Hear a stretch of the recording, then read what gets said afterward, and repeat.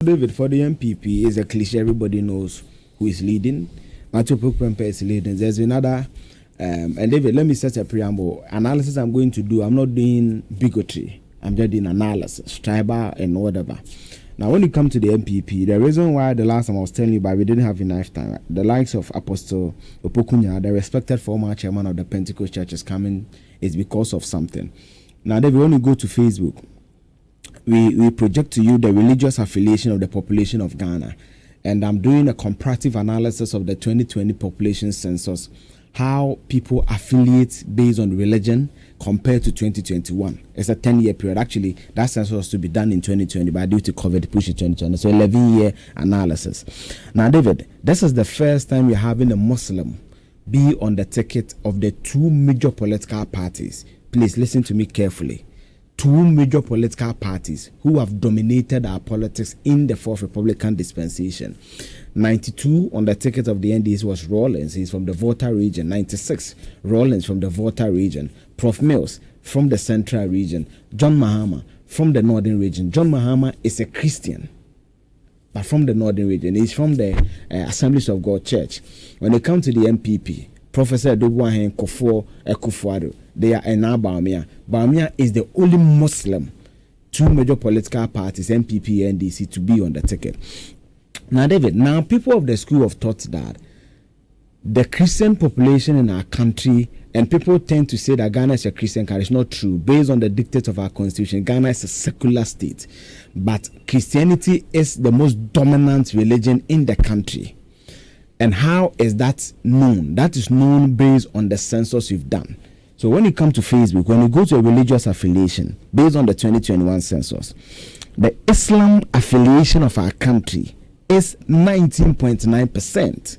That means that when you get 10 Ghanaians who say they have a religious affiliation, at least 2 of them subscribe to the Islam religion.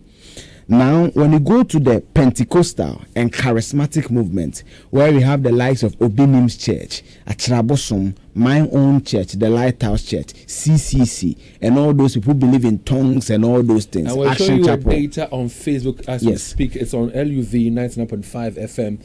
It's on Love in the Morning, also on Facebook. Join us on Facebook, and I appreciate the conversation we're having. Now, you can also share your thoughts and, of course, your views with us on our WhatsApp console on 05511119995. We shared with you already names of people who stand a chance of being running mates for the two flag bearers leading the two biggest political parties in Ghana. Who do you think best suits, as a running mate for Bawumia? And who best suits for Mahama? Join us with your views and your thoughts as well. But join us on Facebook and check out the data as we talk about the religious affiliation right now. Yeah, David. So Islam is 19.9. So let's say 20%. So 2 out of 10. Now, then when you go to the tongues believing people, charismatic, vibely, and all those things, CCC, Chirabosum, Binimo, Pambo, those people. And that's why the last time I told you that there's this very clear why our politics has a certain direct affinity or link with these churches. That's why Mahama will come to the region and go to a Pambo's church. It's not for nothing. They form 31.6%, so let's say 32%, meaning that when you take 10 people who say they have a religious affiliation, at least 2 of them belongs to the charismatic or Pentecostal movement. Islam is 2, so that is 5 over 10. The remaining 5, what are they? Now, when it comes to the Protestant, the more conservative, so a Presbyterian Church, AME Zion, the Methodist Church, Duku Fono, those people. And let's not forget the Pentecost Church is a charismatic church, not a Protestant church. They are 17.4, so let's say 2%. So now the charismatic and the Protestant alone is 5 out of 10. Right. Let's go on. When you go to the Catholic Church, the Catholic Church, I'm talking about the Catholic Church alone. They used to be 13.1% in 2010. Now they are 10%, meaning that it is reducing in number. So there's a 1. So when you add that 1 to the 5, that is Protestant, that is charismatic Pentecostal, that's a 6. Now when you pick out the 0.8 and all that, another Christian is also 12.3%. So meaning that when you take 10 people, at least when they come to the Christian faith or affiliation, they are almost 8. And that is why the name of Apostle Opoku Onyinah comes. Now, another reason why the name is coming is that, based on this data again, the fastest growing denomination of church, based on these numbers, is the Pentecostal charismatic movement, from 28.3% in 2010 to 31.6%. In fact, the Protestant church is reducing.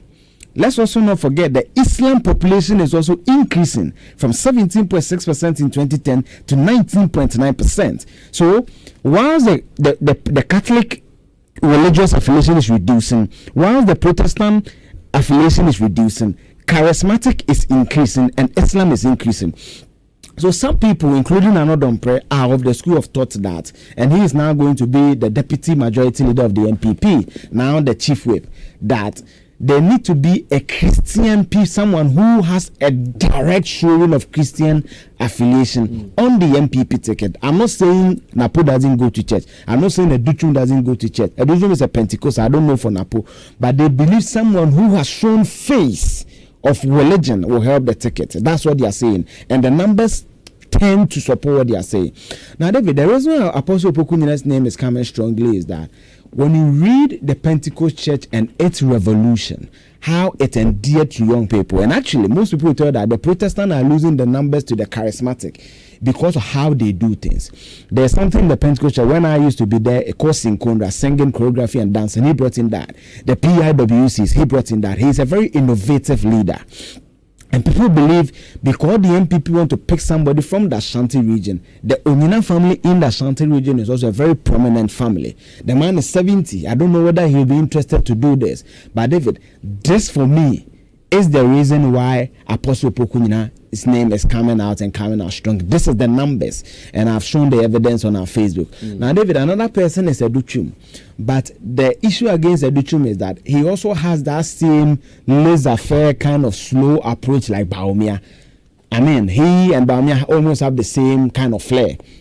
He's also into this, the guitar, someone will say Yahoo Boys kind of vibe, right? Internet stuff. But some believe that Napo has that charismatic approach and actually has been in the thick of the NPP even than Baumia,